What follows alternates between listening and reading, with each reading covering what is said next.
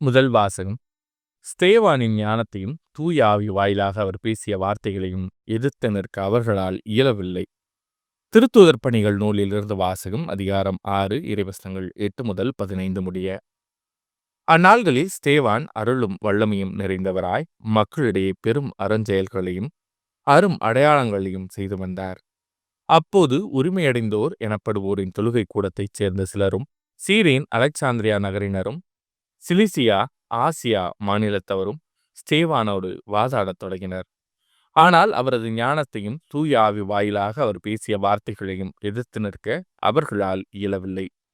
பின்பு அவர்கள், இவன் மோசேக்கும் கடவுளுக்கும் எதிராக பழிச்சொற்கள் சொன்னதை நாங்கள் கேட்டிருக்கிறோம் என்று கூற சிலரை தூண்டிவிட்டனர். அவ்வாறே அவர்கள் மக்களையும் மூப்பர்களையும் மறைநூல் அறிஞர்களையும் அவருக்கு எதிராக கிளர்ந்தெழச் செய்தார்கள்.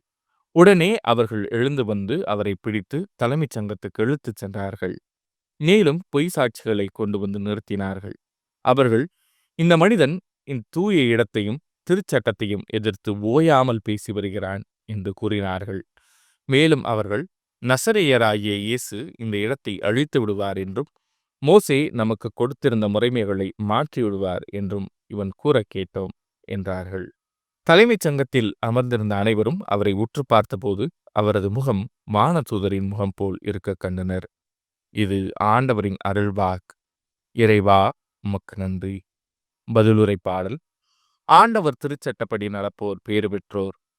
தலைவர்கள் ஒன்று கூடி எனக்கு எதிராய் சூழ்ச்சி செய்தாலும் ஊழியன் உம்முடைய விதிமுறைகள் குறித்தே சிந்திக்கின்றேன். ஏனெனில் ஒழுங்குமுறைகள் எனக்கு இன்பம் தருகின்றன. அவையே எனக்கு அறிவுரையாளர். ஆண்டவர் திருச்சட்டப்படி நடப்போர் பேறு பெற்றோர். என் வழிமுறைகளை உமக்கு எடுத்துச் சொன்னேன். நீர் என் மன்றாட்டை கேட்டருளீர். விதிமுறைகளை எனக்கு கற்றுத்தாரும். நியமங்கள் காட்டும் வழியை என்றும் உணர்த்தியருளும். வியத்தகு செயல்கள் பற்றி நான் சிந்தனை செய்வேன். ஆண்டவர் திருச்சட்டப்படி நடப்போர் பேறு பெற்றோர். பொய் வழியை என்னை விட்டு விளக்கியருளும். உமது திருச்சட்டத்தை எனக்கு கற்றுத்தாரும். உண்மையின் பாதையை நான் தேர்ந்து கொண்டேன். நீதி நெறிகளை என் கண்முன் நிறுத்தியுள்ளேன். ஆண்டவர் திருச்சட்டப்படி நடப்போர் பேறு பெற்றோர். நற்செய்தி வாசகம். அழிந்து போகும் உணவுக்காக அல்ல, நிலை வாழ்வு தரும் அழியாத உணவுக்காகவே உழையுங்கள். யோவான் எழுதிய தூய நற்செய்தியிலிருந்து வாசகம். அதிகாரம் 6 இறைவசனங்கள் 22 முதல் 29 முடிய. இயேசு 5000 பேருக்கு உணவு அளித்த பின் சீடர்கள் புறப்பட்ட கரையிலேயே மறுநாளும் மக்கள் கூட்டமாய் நின்று கொண்டிருந்தார்கள். முந்தின நாள் ஒரு படகை தவிர வேறு படகு எதுவும் அங்கு இல்லை என்பதையும், அதில் இயேசுவின் சீடர்கள் மட்டும் போனார்களே அன்றி இயேசு அவர்களோடு அப்படகில் ஏறவில்லை என்பதையும் மக்கள் கண்கூடாக பார்த்திருந்தார்கள்.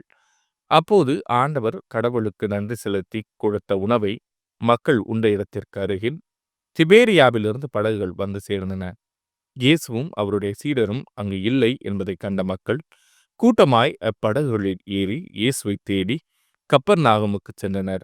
அங்கு கடற்கரையில் அவர்கள் அவரை கண்டு, ரபி, எப்போது இங்கு வந்தீர் என்று கேட்டார்கள். இயேசு மறுமொழியாக, நீங்கள் அரும் அடையாளங்களை கண்டதால் அல்ல, மாறாக அப்பங்களை வயிறார உண்டதால் தான் என்னை தேடுகிறீர்கள் என உறுதியாக உங்களுக்கு சொல்கிறேன். அழிந்து போகும் உணவுக்காக உழைக்க வேண்டாம், நிலை வாழ்வு தரும் அழியாத உணவிற்காகவே உழையுங்கள். அவ்வுணவை மானிட மகன் உங்களுக்கு கொடுப்பார். ஏனெனில் தந்தையாகிய கடவுள் அவருக்கே தம் அதிகாரத்தை அளித்துள்ளார் என்றார். அவர்கள் அவரை நோக்கி, எங்கள் செயல்கள் கடவுளுக்கு ஏற்றவையாக இருப்பதற்கு நாங்கள் என்ன செய்ய வேண்டும் என்று கேட்டார்கள். இயேசு அவர்களை பார்த்து, கடவுள் அனுப்பியவரை நம்புவதே கடவுளுக்கு ஏற்ற செயல் என்றார். இதில் ஆண்டவரின் அருள்வாக்கு. கிறிஸ்துவே உமக்கு புகழ்.